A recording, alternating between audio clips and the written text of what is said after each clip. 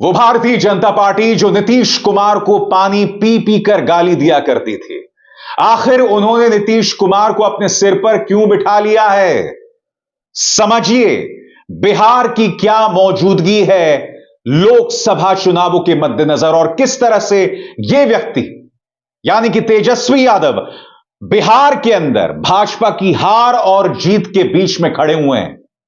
और न सिर्फ भाजपा की बिहार में हार और जीत, बल्कि लोकसभा चुनावों में भाजपा कहां पहुंचेगी वो काफी हद तक इस बात पर निर्भर करेगा कि तेजस्वी यादव किस तरह से वहां की जनता में अपनी राजनीतिक मौजूदगी दर्ज करवा पाते हैं। तेजस्वी यादव एक बार फिर उग्र हुए हैं, एक बार फिर उन्होंने राजनीतिक ललकार दी है और वो कह रहे हैं कि सारा खेल 17 साल बनाम 17 महीने का है।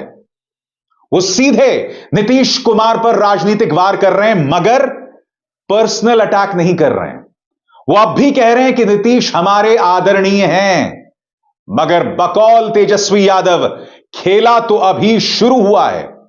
एएनआई को दिए गए इंटरव्यू में उन्होंने क्या क्या कहा दोस्तों, एक एक करके मैं आपके सामने रखने वाला हूं और इसके मायनों को समझिए। सबसे पहले वो बता रहे हैं कि किस तरह से जनता दल यूनाइटेड खल्लास, क्या कह रहे हैं आपके स्क्रीन पर। हम बड़े संयमित रूप से आगे बढ़ रहे हैं।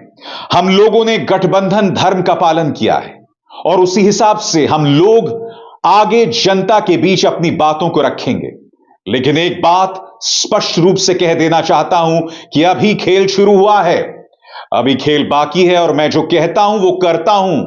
और आप लिख के ले लीजिए, जनता दल यूनाइटेड जो पार्टी है 2024 में ही खत्म हो जाएगी, यह निश्चित रूप से लिख लीजिए। और अभी तो खेल शुरू हुआ है, खेल बाकी है। अभी ये लोग जो भी करें, लेकिन मेरा स्पष्ट रूप से मानना है कि जनता हमारे साथ है और हमारा साथ देगी। और हम तो भाजपा के लोगों को भी धन्यवाद देते हैं, शुभकामनाएं देते हैं। चलो, जनता दल यूनाइटेड को आपने अपने साथ ले लिया। इसके पीछे आपको तेजस्वी यादव की राजनीतिक सोच दिखाई दे रही है। वो कहीं ना कहीं बगैर उस शब्द का इस्तेमाल किए सीधे हमला बोल रहे हैं नीतीश कुमार पर। उन्होंने पनौती शब्द का इस्तेमाल नहीं किया, मगर अगर आप आखिरी पंक्ति पर गौर करेंगे तो ऐसा लग रहा है कि उनके दिल में वही शब्द है। वो क्या कह रहे हैं? शुभकामनाएं देते हैं, चलो जनता दल यूनाइटेड को आपने अपने साथ ले लिया। यानी कि कहीं ना कहीं वो ये कह रहे हैं कि राजनीतिक तौर पर अब जनता दल यूनाइटेड एक बहुत बड़ा बोझ बन गई है और उन्हें अपने साथ शामिल करके भाजपा ने एक बहुत बड़ी गड़बड़ कर दी। यही नहीं दोस्तों, वो नीतीश कुमार पर पर्सनल अटैक नहीं करते हैं, मगर वो याद दिलाना चाहते हैं नीतीश कुमार को कि याद कीजिए नीतीश जी, आपने खुद कहा था कि नौकरी कहां से दीजिएगा, पैसे ही नहीं है।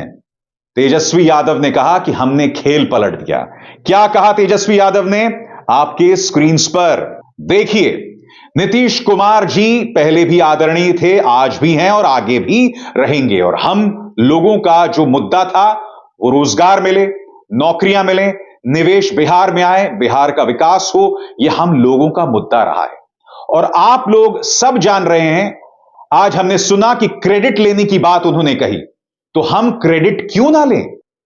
हमारे पास 79 विधायक है और उनके विधायक 43 हैं, मंत्री हमारा है, विभाग हमारा है, तो हम क्रेडिट क्यों ना लें? और यही मुख्यमंत्री जो 2020 के चुनाव में कहते थे कि कहां से पैसा आएगा, कहां से नौकरी देगा, तो हमने, आपको पता होगा कि हमारी जो सरकार बनी थी इनके नेतृत्व में, वो 9 अगस्त 2022 में बनी थी और 15 अगस्त को मुख्यमंत्री जी ने ऐलान किया था। ये किसका विजन था? ये किसकी सोच थी? तो जो मुख्यमंत्री कहता था कि असंभव है नौकरी देना, उसको हमने एक हफ्ते के अंदर जो है उनसे बुलवाने का काम किया। जो कहता था असंभव है, तो हम लोगों ने जिस हिसाब से विकास का काम किया और नई नई नीति लेकर आए। अब आपको समझना पड़ेगा तेजस्वी यादव क्यों 17 साल बनाम 17 महीने का पंच दे रहे हैं। क्यों? बहुत साफ है दोस्तों, वो ये बतलाने की कोशिश कर रहे हैं कि नीतीश 17 साल सत्ता में थे मगर नौकरी नहीं दे पाए, मगर 17 महीने में नीतीश कुमार के ताने के बावजूद हमने जनता को नौकरियां दी। और ऐसे में हम जो नौकरियां दे रहे हैं उसका क्रेडिट, उसका श्रेय हम क्यों ना लें। इसीलिए अब उनका नारा है 17 साल बनाम 17 महीने। क्या कहते हैं आपकी स्क्रीन पर। ये टूरिज्म डिपार्टमेंट हमारे पास था तो हमने टूरिज्म पॉलिसी लाई।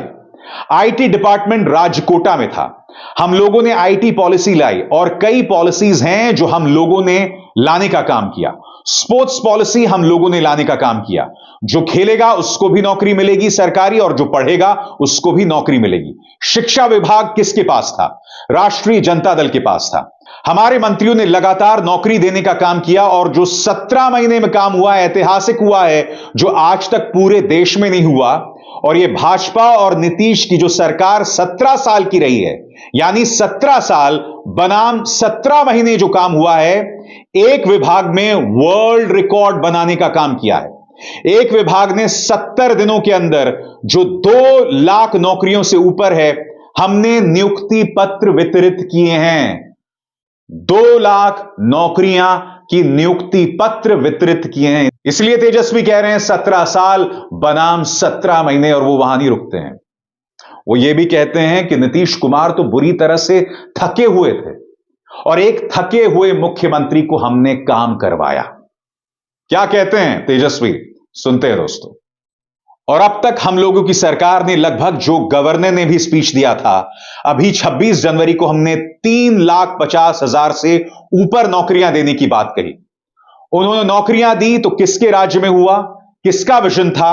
और कहीं ना कहीं जो लोग कहते थे कि इनके लोग काम नहीं करते थे, हमने तो इतना इनसे काम करवाया जिनका कोई विजन नहीं था, जो थक गए थे, वे थके हुए मुख्यमंत्री थे, उनको हम लोगों ने इतना काम करवाया।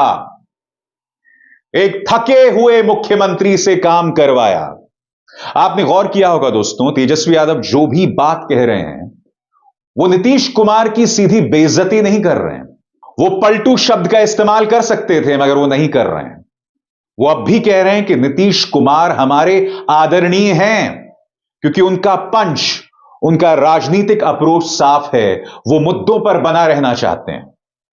और मुझे लगता है दोस्तों कि अगर Tejashwi Yadav line and length पर बने रहे, जिस तरह से वो राजनीति कर रहे हैं उस तरह से आगे बढ़ते रहे, तो हो सकता है कि वो अपने पिता लालू प्रसाद यादव को भी पीछे छोड़ सकते हैं। और मैं आपको बताना चाहता हूं क्यों। हालांकि मेरा भी मानना है कि लालू प्रसाद यादव ने जिस तरह से बिहार के जो वंचित वर्ग, उनके लिए काम किया, वहां तक पहुंचने में तेजस्वी यादव को अभी काफी मेहनत करनी है। मगर यह ना भूलें कि लालू प्रसाद यादव के साथ कई चीजें और जुड़ी हुई थी।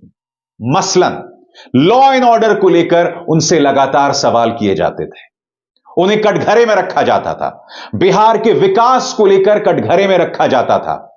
तेजस्वी यादव उसे बदल रहे हैं। एक तरफ जातीय जनगणना और जाति के आधार पर आरक्षण देने की बात को लेकर वो बिहार के वंचितों में अपनी जगह बना रहे हैं, मगर दूसरी तरफ वो नौकरियों की भी बात कर रहे हैं।